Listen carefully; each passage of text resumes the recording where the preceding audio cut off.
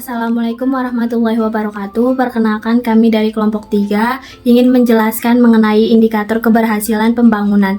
Dengan anggota, saya sendiri Umayyah Rafiatul Mahmuda dengan NIM 2008-203-015, teman saya Selvi Widianti dengan NIM 2008-203-014, dan teman saya Nita Atia dengan NIM 2008-203-186. Di sini saya akan menjelaskan mengenai indikator pembangunan. Nah, pembangunan ekonomi ini sering sekali diartikan oleh masyarakat sebagai sebuah proses yang terjadi dalam upaya menaikkan pendapatan real per kapita untuk jangka panjang dan kemudian diiringi oleh perbaikan di dalam sistem kelembagaan. Jadi, kenaikan pendapatan ini tidak cukup dijadikan patokan sebagai terjadinya pembangunan ekonomi, melainkan perlu adanya serangkaian kegiatan yang lebih kompleks lagi yang dijadikan sebagai komponen penting dari pembangunan ekonomi, seperti sistem kelembagaan, kemudian perbaikan struktur sosial, serta perubahan sikap dan perilaku masyarakat. Selanjutnya, suatu negara ini dapat dikatakan telah berhasil melakukan pembangunan ekonomi jika negara tersebut memiliki atau mempunyai proses evaluasi dan perhitungan atas terlaksananya serangkaian program pembangunan ekonomi. Untuk memperhitungkan atau menghitung dan mengevaluasi pembangunan ekonomi ini, kita harus memperhatikan indikator keberhasilan. Kita perlu memperhatikan indikator keberhasilan pembangunan ekonomi yang terdiri dari indikator moneter dan juga indikator non-moneter.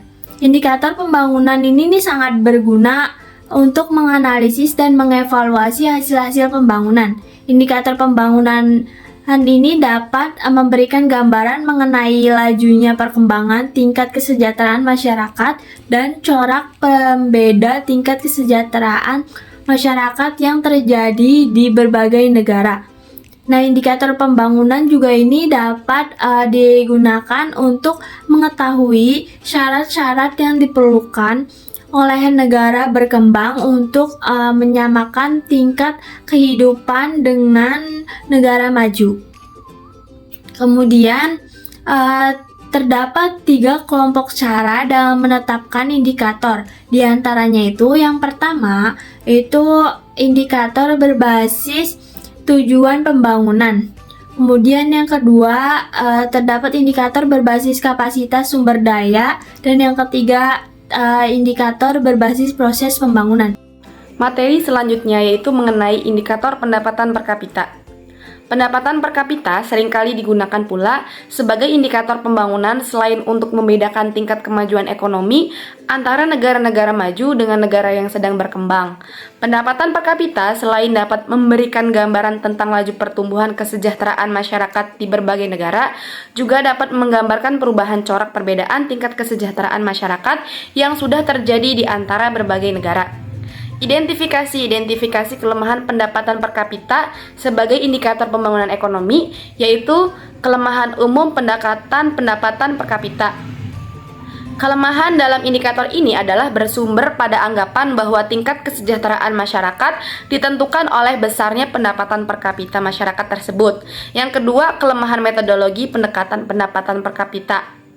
Nilai pendapatan per kapita secara khusus merupakan indeks untuk menunjukkan jurang tingkat kesejahteraan antara masyarakat yang masih mempunyai kelemahan.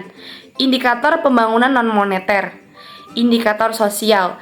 Cara-cara membandingkan tingkat kesejahteraan yang pertama yaitu suatu usaha untuk membandingkan tingkat kesejahteraan yang terjadi dalam masyarakat yang ada di dalam 2 atau beberapa negara dalam memperbaiki pelaksanaan perhitungan pendapatan nasional biasa. dengan usaha membuat penyesuaian dalam pendapatan masyarakat yang dibandingkan dengan melihat pertimbangan perbedaan tingkat harga di setiap negara. Dan yang ketiga, usaha untuk membuat perbandingan tingkat kesejahteraan dari setiap negara berdasarkan pada data yang tidak bersifat. Sekian yang dapat saya paparkan, selanjutnya akan dipaparkan oleh Nita Atiyah. Selanjutnya mengenai Indeks Kualitas Hidup dan Pembangunan Manusia atau IPM, itu untuk mengukur tingkat kesejahteraan masyarakat. Ada sebuah indeks gabungan yang dikenal dengan Physical Quality of Life Index atau PQLI dan Indeks Kualitas Hidup atau IKH. Indeks ini diperkenalkan oleh Maurice de Morris. Indeks Kualitas Hidup atau IKH dibagi menjadi 3 indikator, yaitu tingkat harapan hidup, angka kematian, dan tingkat melek huruf. Selanjutnya mengenai indikator campuran. Yang pertama ada pendidikan, yang dimana indikator ini dapat diukur dalam pendidikan, yaitu tingkat pendidikan dan tingkat partisipasi pendidikan. Kemudian yang kedua mengenai kesehatan. Indikator tingkat kesehatan dapat dilihat dari rata-rata hari sakit dan ketersediaannya fasilitas kesehatan. Indikator yang ketiga yaitu perumahan, yang dimana indikatornya yaitu sumber air bersih, listrik, sanitasi, dan mutu rumah tinggal. Kemudian indikator yang keempat yaitu angkatan kerja, yang dimana indikatornya itu partisipasi tenaga kerja, jumlah jam kerja, sumber penghasilan utama, dan status pekerjaan. Kemudian indikator yang kelima yaitu KB dan fertilitas, yang dimana indikatornya meliputi penggunaan ASI, tingkat imunisasi, kehadiran tenaga kesehatan, dan penggunaan alat kontrasepsi.